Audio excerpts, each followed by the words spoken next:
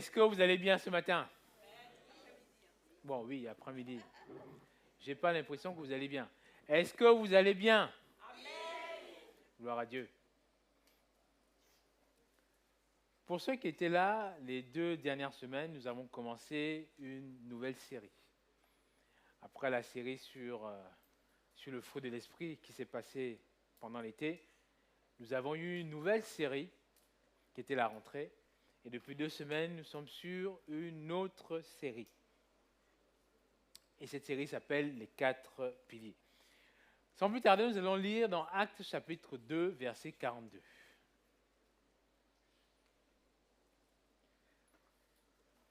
Je veux lire la version Bible du Semeur. Dès lors, il s'attacha à écouter assidûment l'enseignement des apôtres, à vivre en communion les uns avec les autres, à rompre le pain et à prier ensemble. Dans ce verset, nous retrouvons les 4 piliers sur lesquels repose la vision de notre Église, c'est-à-dire l'enseignement des apôtres, la communion fraternelle, la fraction du pain et la prière. Après avoir étudié il y a 2 semaines le message sur la communion fraternelle prêché par le pasteur Yves, la semaine dernière, c'est le pasteur Urbain qui nous a enseigné sur la fraction du pain. C'est pourquoi nous allons aborder aujourd'hui la 3e partie de ces piliers, qui est la prière. Et le titre de mon message sera « Il persévérait dans la prière ». Dans plusieurs versions de la Bible, sur ce verset d'Actes 2, 42, on parle de prière au pluriel, notamment dans la version Louis II. Mais vous allez voir que dans la version Bible du Semeur, on parle plutôt de prier ensemble. Autrement dit, la prière dont on nous parle dans ce verset, c'est la prière communautaire. Ce verset se situe dans un contexte où il y a eu la Pentecôte, donc l'effusion du Saint-Esprit, et ensuite Pierre, qui était le peureux, qui était cet homme qui a renié Jésus 3 fois, rempli du Saint-Esprit, a parlé à la foule. Et 3000 âmes se sont converties. Comme l'a expliqué le pasteur Urbain la semaine dernière, ces nouveaux convertis, encore jeunes dans la foi, vivaient dans un environnement d'oppression, de pression du judaïsme et de rejet. Ils avaient donc besoin de persévérer autour de ces 4 principes, et notamment la prière. Notre contexte aujourd'hui est différent. Nous avons la grâce de pouvoir vivre la liberté de culte, mais peut-être que le contexte dans lequel nous vivons est encore plus complexe que cette époque, l'époque d'Actes 2, chapitre 42, parce que nous avons tellement de distractions, tellement de tentations, tellement d'isolement, d'individualisme, et tout cela concourt à nous éloigner de Dieu. C'est pourquoi, plus que jamais, nous avons besoin de revenir à l'essentiel. Revenir à ces 4 piliers sur lesquels l'Église s'est bâtie. Ce matin, Dieu t'invite à reconsidérer ta conception de la prière. Qu'est-ce que la prière veut dire réellement? Et surtout, quelle place la prière occupe dans ta vie? La prière n'est pas réservée juste au dimanche matin. Ce n'est ni une corvée, une formalité, une case à cocher pour se donner une bonne conscience, mais c'est un acte vital, une véritable réanimation spirituelle. Et ce mot est employé volontairement, réanimation, parce qu'il y a une urgence vitale. De même qu'un corps privé d'oxygène finit par mourir, un esprit privé de prière finit par s'éteindre. Quand nous ne prions pas, nous nous déconnectons de la source. Et cette source, c'est le Père. Et un esprit déconnecté de Dieu est un esprit mort. Et peut-être que cela va vous surprendre lorsque je dis que beaucoup de nos problèmes trouvent leur origine dans le manque de vie de prière. Dieu veut marcher avec nous. Dieu veut nous parler. Il veut nous diriger. Mais souvent, nous sommes hors réseau. Nous sommes en mode avion. Donc même nous ne recevons même pas ses appels lorsqu'il nous appelle. Dis à ton voisin maintenant, allons chercher la 5G. Dis à ton voisin, allons chercher la 5G. Parce que nous ne voulons pas recevoir uniquement les appels de Dieu, mais nous voulons converser avec Dieu en FaceTime. Nous voulons converser avec Dieu avec la fonction vidéo de WhatsApp. Et pour ça, nous avons besoin de la 5G. Ce matin, nous allons explorer 2 outils puissants que le Seigneur nous a donnés pour maintenir une connexion fluide avec lui. La prière personnelle et la prière communautaire. La prière personnelle, c'est ta respiration spirituelle. Pourquoi tu dois prier? Parce que c'est avant tout une relation personnelle et vivante avec Dieu. Ce n'est pas une formule, ce n'est pas un rituel, mais c'est une rencontre. Nous allons lire dans Matthieu chapitre 6, verset 6. Vous pouvez noter le verset 5 à 6, mais on va lire le verset 6.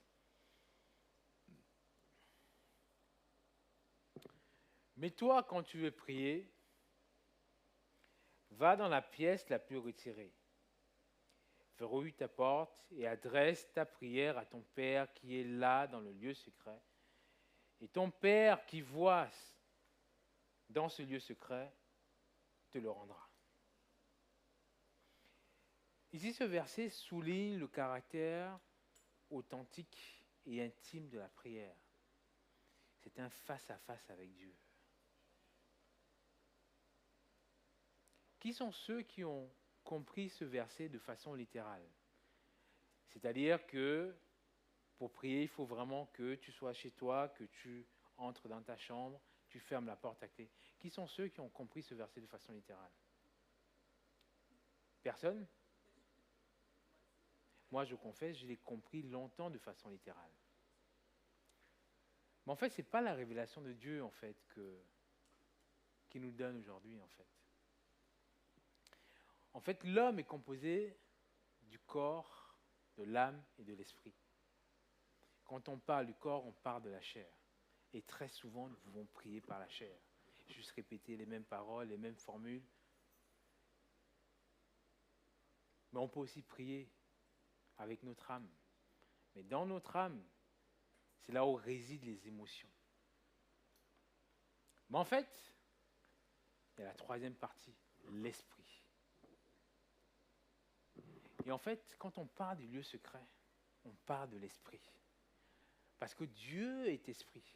Et la connexion qu'il veut avec toi, c'est avec ton esprit. Et lorsque tu pries par l'esprit, tu es dans le lieu secret. Et dans ce lieu secret, il te voit et il agit en toi. Quand tu pries, tu n'exécutes pas un devoir. Tu entretiens une relation d'amour. Que tu sois célibataire, que tu sois marié, une relation d'amour s'entretient. Tant que tu n'es pas marié, tu entretiens une relation d'amour avec tes frères et sœurs, avec tes amis, avec tes parents. Et quand tu es marié, tu le fais toujours aussi avec tes parents, tu le fais aussi avec ton épouse. Et tu sais que si tu n'arroses pas cette relation d'amour, elle s'effrite. La prière personnelle est donc le cri d'un enfant vers son Père. La prière aussi, c'est le lieu d'une transformation intérieure. C'est dans le secret de la prière personnelle que Dieu travaille le plus profondément nos cœurs. Dans la prière, le Saint-Esprit agit en nous. Il nous apprend à dépendre de Dieu, à écouter, à nous laisser transformer. Paul dira dans Romains chapitre 12, verset 2, que nous allons lire, « Ne vous laissez pas modeler par le monde actuel, mais laissez-vous transformer par le renouvellement de votre pensée pour pouvoir discerner la volonté de Dieu, ce qui est bon, ce qui lui plaît, ce qui est parfait. » Amen. Et lorsqu'on parle de ce renouvellement de la pensée, elle s'opère uniquement dans le lieu secret. Quand nous exposons nos pensées à la lumière de la parole de Dieu et à la présence de Dieu. Donc la prière devient alors un atelier de transformation spirituelle. La prière personnelle est aussi la source de la force et de la direction quotidienne. Jésus nous avertit dans Matthieu chapitre 26, verset 41,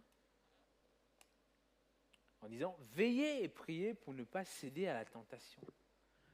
L'esprit de l'homme est bien disposé, plein de bonne volonté, mais la nature humaine est faible. » Sans cette connexion personnelle et vigilante avec Dieu, nous devenons vulnérables. Mais quand nous prions, nous recevons la force de résister et la clarté pour avancer. Amen.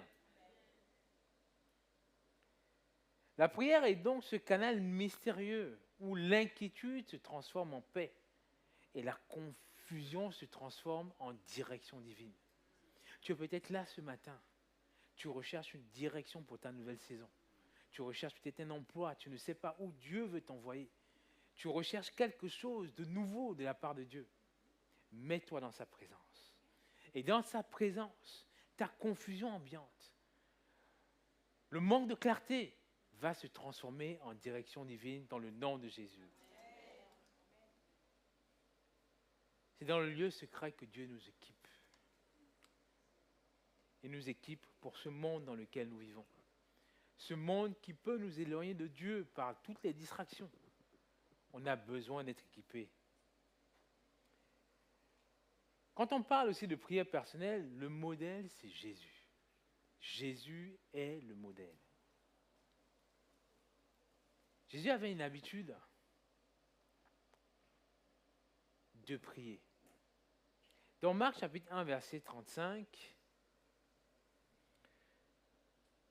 la parole de Dieu dit, « Le lendemain, bien avant l'aube, en pleine nuit, il se leva et sortit. Il alla dans un lieu désert pour y prier. » Et dans Luc chapitre 5, verset 16, Luc ajoute, « Mais lui se retirait dans les lieux déserts pour prier. » C'était une habitude pour Jésus de prier. C'était son oxygène spirituel.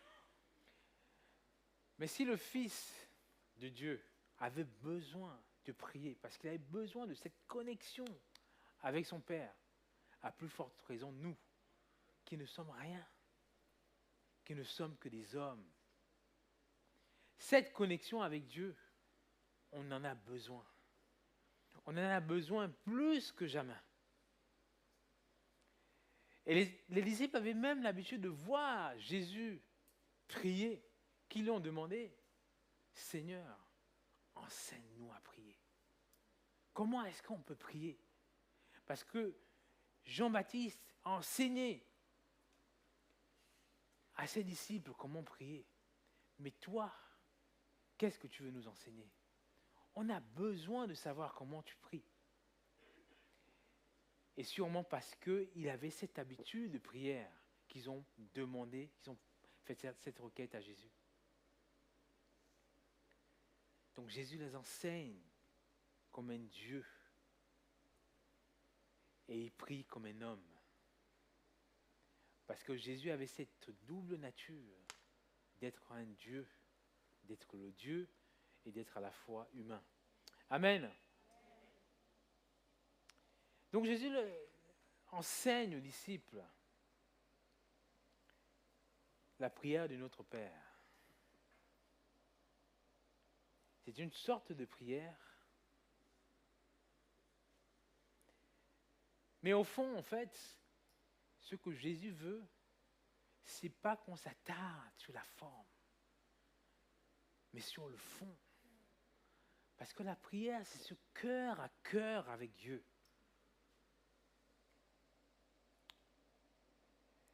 On ne va pas rentrer dans l'explication du modèle de la prière de notre Père, parce que si on passe du temps dessus, je pense qu'on sera là encore dans quelques jours.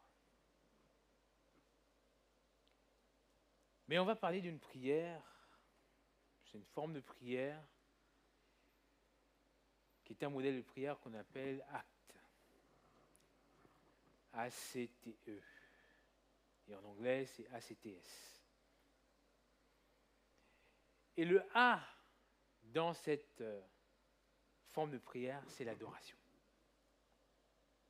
C'est-à-dire que c'est un moment où tu commences à louer Dieu pour qui il est, pour ce qu'il fait, pour sa sainteté, pour sa grandeur, pour sa bonté, pour sa fidélité. Et si tu reconnais simplement qu'il est Dieu et qu'il est parfait et qu'il est saint.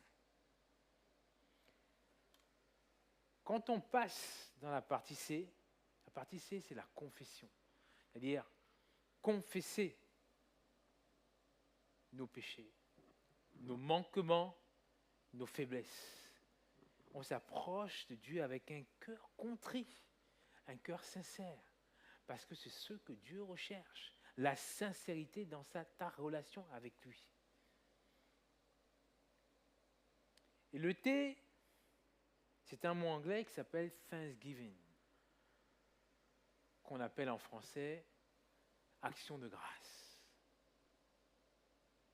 Là, tu remercies Dieu pour ce qu'il a fait, ses bénédictions, son secours, sa protection, ses réponses à la prière. Même avant de commencer à présenter tes requêtes, tu peux déjà dire merci à Dieu, parce que je sais que tu as déjà répondu, parce que tu sais ce qui est bon pour moi.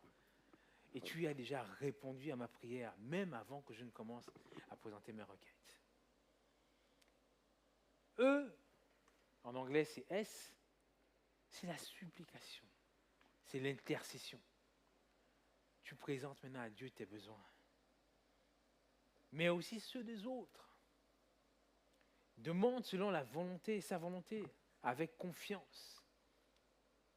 La supplication te relie au cœur de Dieu dans le monde actuel dans lequel tu vis. Amen. Si on regarde la prière de notre Père, vous allez remarquer que dans ce texte de la prière de notre Père, Jésus n'utilise pas la première personne du singulier. Il n'utilise pas la deuxième personne du singulier. Il utilise la première personne du pluriel.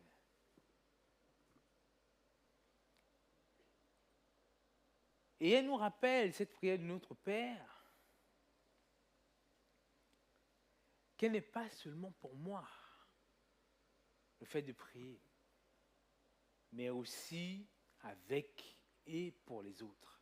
Parce que quand on parle de nous, on parle de nous. On parle d'un ensemble de personnes. Mais avant que je ne rentre dans le deuxième point, récemment, le pasteur Christian, lorsque on était dans un temps de réunion, nous disait que lorsqu'il avait 1 heure de prière, il présentait à Dieu pendant 5 minutes ses propres besoins, ses requêtes, et pendant 55 minutes, il priait pour les autres, pour l'Église, pour sa famille, pour ses proches. Et je pense que c'est ce modèle de prière dans lequel nous devons rentrer. Et comment on appelle ce modèle de prière? C'est la prière communautaire.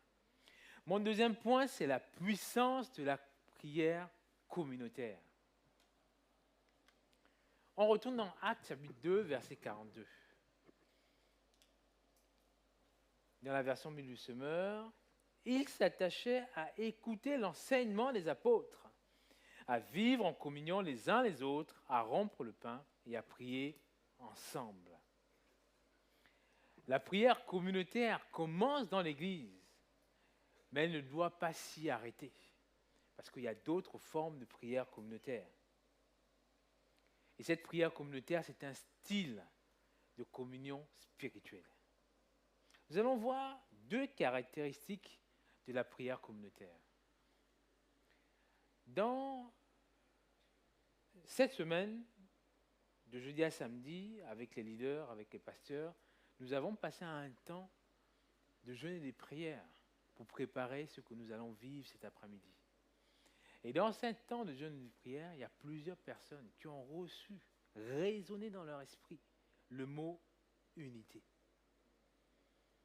Aujourd'hui, quand on parle de prière communautaire, on parle d'unité. On est ensemble.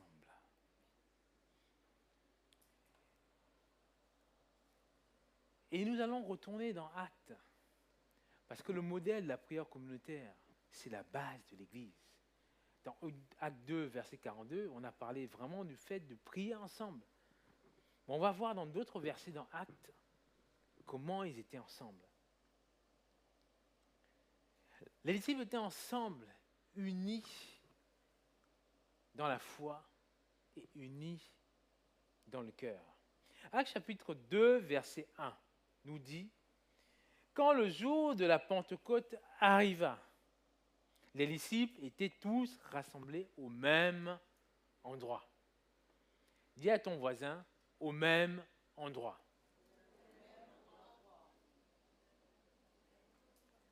Les disciples n'étaient pas dispersés.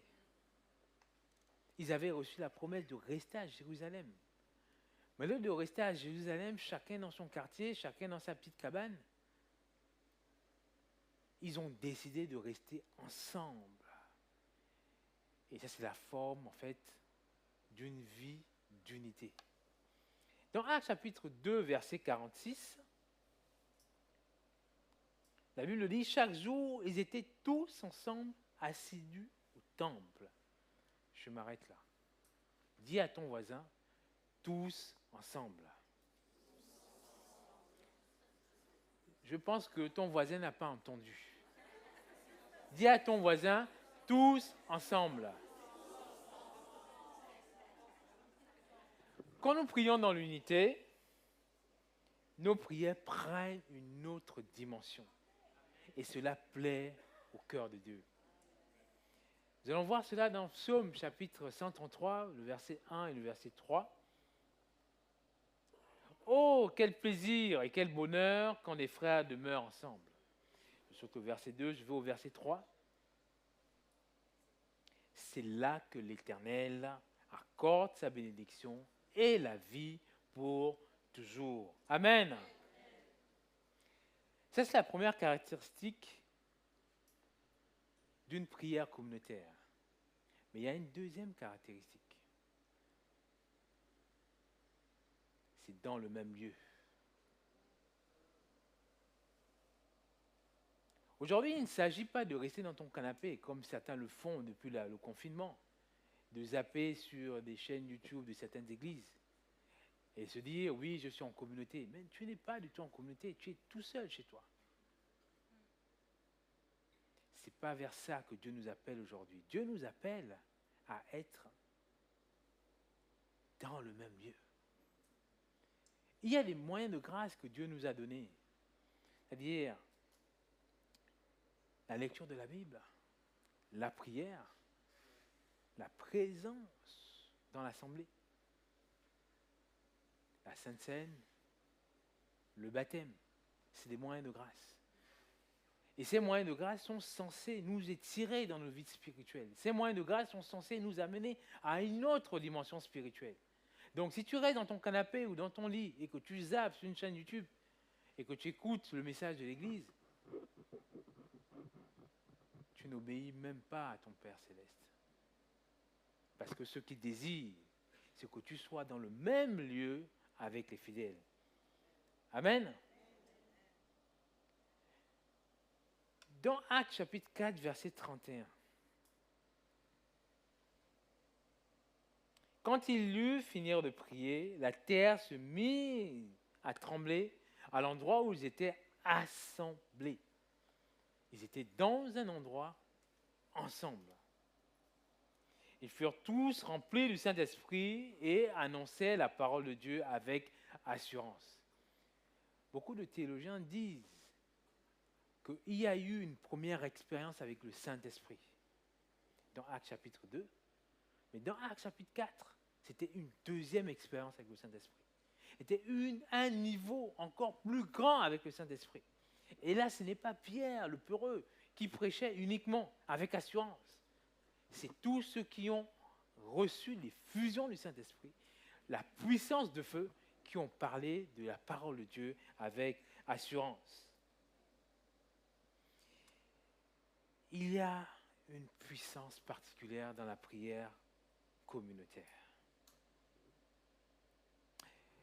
Et aujourd'hui, cet après-midi, je suis content que le deuxième culte soit plein. Ça veut dire qu'il y a plusieurs personnes qui aspirent à rester cet après-midi. Parce que cet après-midi, nous allons vivre un temps de ciel ouvert, un temps d'intercession, un temps de louange, un temps d'adoration avec Dieu. Et ça, c'est ce que Dieu désire. Prier dans l'unité, dans le même lieu. Mais pour ceux qui ont prévu de partir, les absents ont toujours tort. Et je vous assure, je ne peux pas vous dire, parce que je ne suis pas Dieu, je ne peux pas vous dire ce que Dieu va faire cet après-midi. Mais en fait, il faut être là. Si tu as prévu de partir, change tes plans. Si tu avais un anniversaire, dis-leur, je suis ensemble dans le même lieu avec mes frères et sœurs. Amen.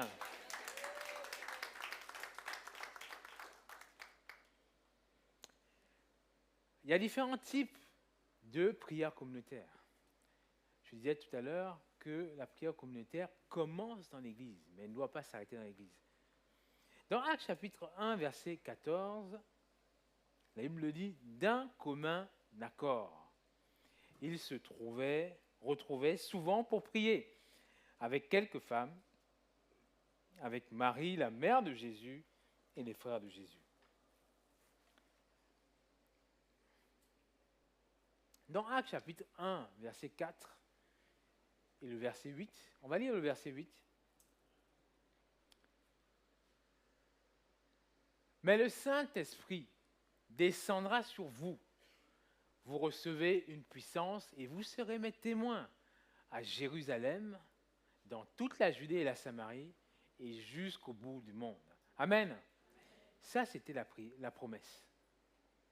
Même si la promesse commence au verset 4, mais elle est explicite dans le verset 8, où Jésus leur dit, attendez, restez à Jérusalem, et vous allez recevoir cette puissance. Donc les disciples ne sont pas juste restés à Jérusalem en se disant, bon, Pierre qui dit, bon, moi je suis un pêcheur, moi je kiffe la pêche, donc je vais aller pêcher. Bon les gars, on se retrouve lorsque la promesse va s'accomplir, venez me chercher à la pêche. Non, pas du tout. Ils sont restés dans l'assemblée, dans l'église, ensemble. Et ils ont persévéré dans la prière. Ils ne se sont pas juste dit, bon, on va attendre, bon, chacun va casser ses activités et on attend. Mais ils ont compris en fait qu'il fallait qu'ils demeurent dans la prière pour que la promesse puisse s'accomplir. Et cette persévérance dans la prière a conduit à la Pentecôte, à une expérience qui a bouleversé toute l'humanité jusqu'aujourd'hui. Et c'est parce qu'ils ont été obéissants et ils ont persévéré dans la prière. L'Église aujourd'hui doit être immergée dans la présence et la puissance du Saint-Esprit. Et c'est par la prière communautaire que cela devient possible. Sans la prière communautaire, Dieu n'agit pas tel qu'il a envie d'agir. Il faut que la prière communautaire soit un socle de notre Église pour que Dieu puisse agir, pour que les vies soient transformées, pour les captifs soient libres, pour les mariages restaurés, les familles restaurées et pour la guérison des malades. Amen. Je vais essayer d'accélérer parce que mon temps est très court au deuxième culte aujourd'hui, à cause du ciel ouvert. Le deuxième point, en fait, sur les formes de prière communautaire, c'est dans les maisons. Nous allons retourner dans Actes. Aujourd'hui, à chaque fois, on retourne dans Actes. Parce qu'il nous enseigne, et c'est le socle, en fait, de ce que l'Église est devenue et de ce que l'Église doit être aujourd'hui. Dans Actes chapitre 12, verset 5, Pierre était donc sous bonne garde dans la prison, mais l'Église priait ardemment Dieu en sa faveur. C'est quoi le contexte de Actes chapitre 12? Jacques a été exécuté par Hérode. Et Pierre a été arrêté. Je ne veux pas dire qu'il attendait patiemment sa mort, mais pendant qu'il était emprisonné, qu'est-ce que la Bible nous dit? L'Église priait ardemment en sa faveur. Et quand on lit en fait ces versets-là où on parle en fait de cette histoire, même Pierre était étonné de l'action de Dieu à ce moment-là, parce qu'il était emprisonné. Je ne veux pas dire qu'il ne croyait pas en l'action de Dieu, mais il était étonné. Quand l'ange de l'Éternel se retrouve là, ses chaînes tombent, il passe le premier garde. Il se dit, mais en fait, il ne m'a pas vu. Il passe un deuxième, il dit, mais c'est bizarre. En fait, pour lui, c'était irréel. Mais dans la prière communautaire que cette église était en train de faire, waouh, Dieu a dépêché son ange pour que Pierre puisse délivrer.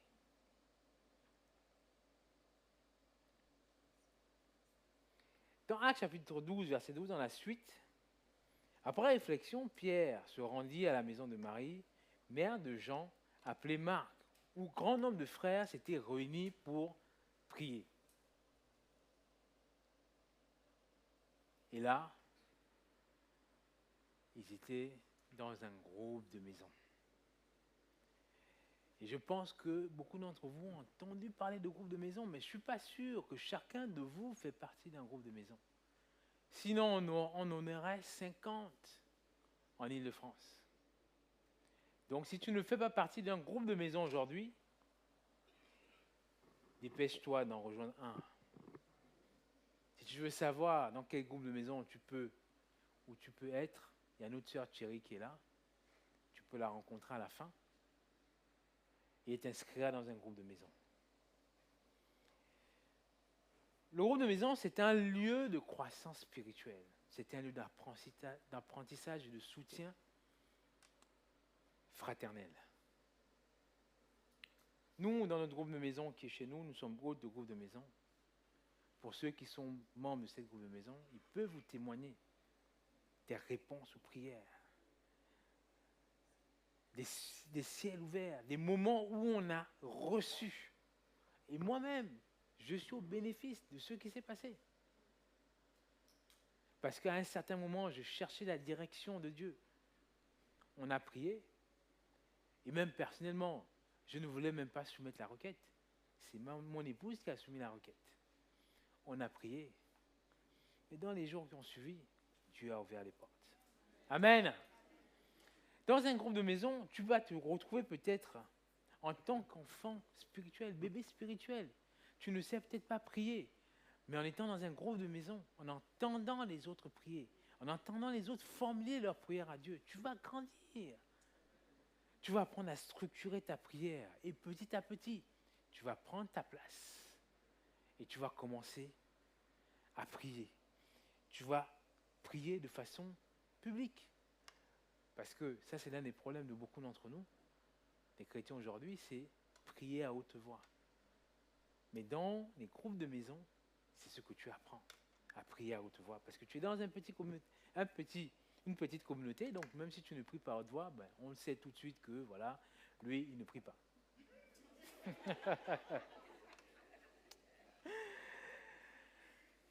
Après, dans les maisons, il y a autre chose.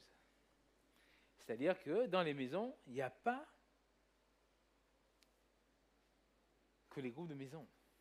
Il y a la prière en couple. Il y a la prière en famille. Je disais ce matin qu'un moment que j'adore, quand j'ai le temps vraiment de le faire, mais je me fais violence pour le faire, c'est lorsque je passe du temps avec mes enfants à prier, à partager un verset, et chaque enfant partage ce qu'il a compris sur le verset. Même mon fils de 4 ans, lui aussi, il entend la parole qui a été lue, le verset qui a été lu. Il explique aussi ce qu'il a compris. Parfois, il n'a pas tout compris, mais quand même, il est en capacité de raisonner.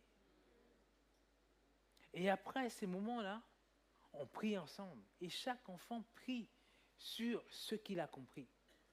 Et cet enfant de 4 ans est en capacité de prier. Il est en capacité de comprendre que je commence d'abord par l'adoration, je commence d'abord par bénir Dieu. Ensuite, je présente mes requêtes. Mais c'était un moment que j'adore. Parce qu'à ce moment-là, on est en train de prier en communauté. Et on a vu tout à l'heure que lorsqu'on prie en unité, Dieu repose ses mains, il envoie sa bénédiction. Amen. Je vais accélérer. Dans Actes chapitre 13, versets 1 à 3, vous pouvez le noter et le lire. C'est la prière dans les départements de l'Église. Là, on était dans Actes chapitre 13, on est dans l'Église d'Antioche. Et les responsables de l'Église, on va dire c'est un département de l'Église, reçoivent, pendant qu'ils sont en train de prier, et pendant qu'ils jeûnaient aussi, reçoivent une direction du Saint-Esprit, qui leur dit, mettez à part Barnabas et Saul pour l'œuvre à laquelle je les ai appelés. Par extension,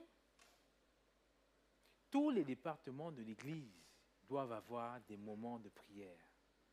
Que ce soit l'accueil, que ce soit les aînés, que ce soit les femmes, que ce soit les hommes, que ce soit même les GDM. Tous les départements de l'Église doivent avoir des moments de prière.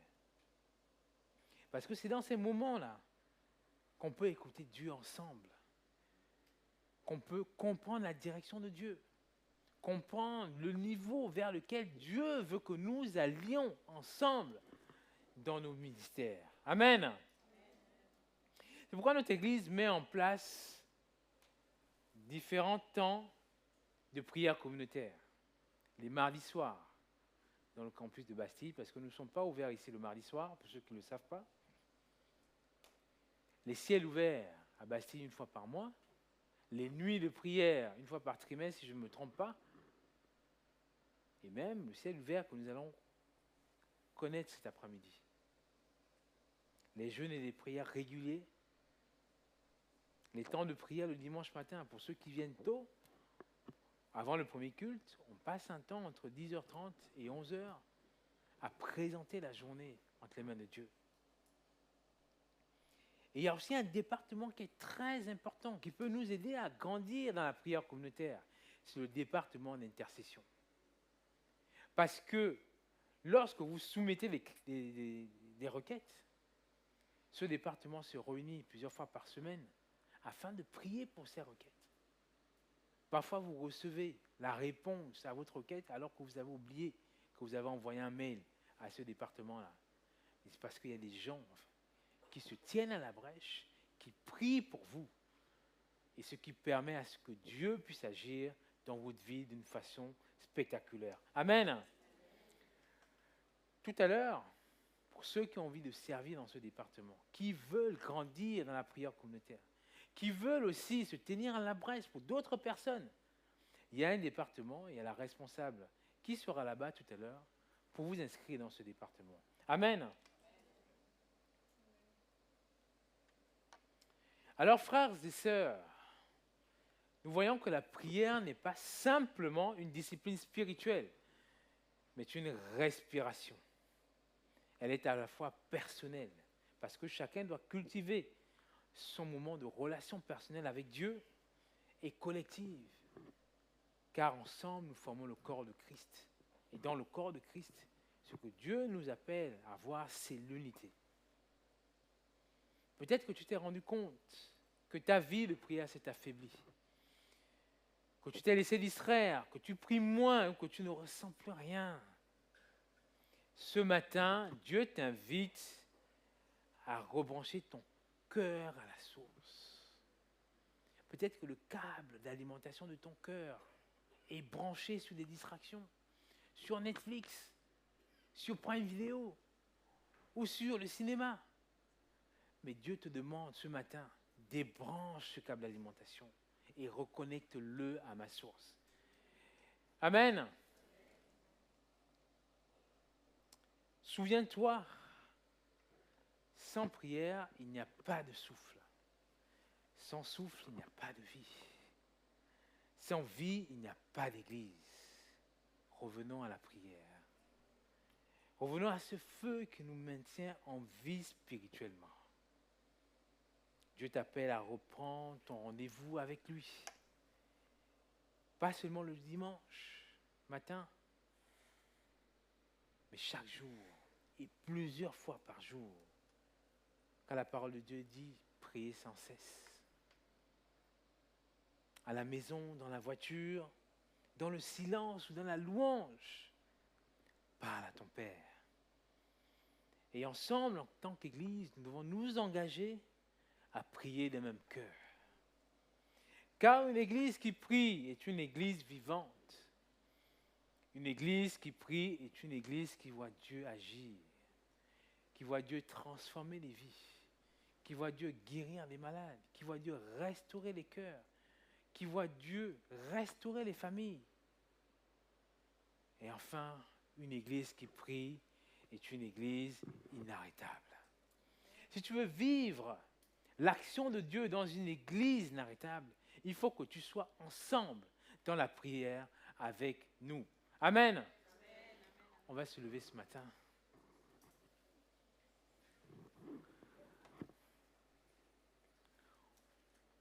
On va prendre cet engagement de nous reconnecter à la source. Ce matin, élève ta voix et demande à Dieu, demande-lui pardon pour tes manquements, pour le fait que tu n'as pas souvent été présent à ses côtés, que tu t'es laissé distraire par les vicissitudes de la vie. Ce matin, Seigneur, nous revenons à la source. Nous revenons au pied de la croix, Seigneur. Nous revenons, Seigneur, nous reconnecter, Seigneur, à toi. Seigneur, nous voulons chérir ce lieu secret. Ce lieu secret, Seigneur, où tu nous transformes. Ce lieu secret où tu nous changes, où tu nous donnes une nouvelle direction. Ce lieu secret où tu nous donnes un réma, une parole spécifique pour nous. Ce matin, Seigneur, viens nous reconnecter, Seigneur. Seigneur, nous voulons te laisser agir ce matin, Seigneur. Et même cet après-midi, où nous allons vivre un moment de prière communautaire, nous t'invitons. Nous voulons, Seigneur, que tu fasses ce que tu sais faire de mieux, Seigneur. Ton action, ton esprit soit présent et que le fusion du Saint-Esprit, que nous le vivions tel que ça a été vécu il y a plus de 2000 ans, Seigneur. Seigneur, cet après-midi, nous voulons te voir à l'œuvre. Dans nos vies de tous les jours, nous voulons être proches de toi. Nous voulons prendre ces temps avec toi. Nous voulons être connectés avec toi. Parce que nous avons vu que la prière personnelle, c'est une relation d'amour avec toi. Seigneur, merci pour ce que tu vas faire. Merci, Seigneur, parce que tu ne changes pas. Au nom de Jésus, nous avons prié. Amen.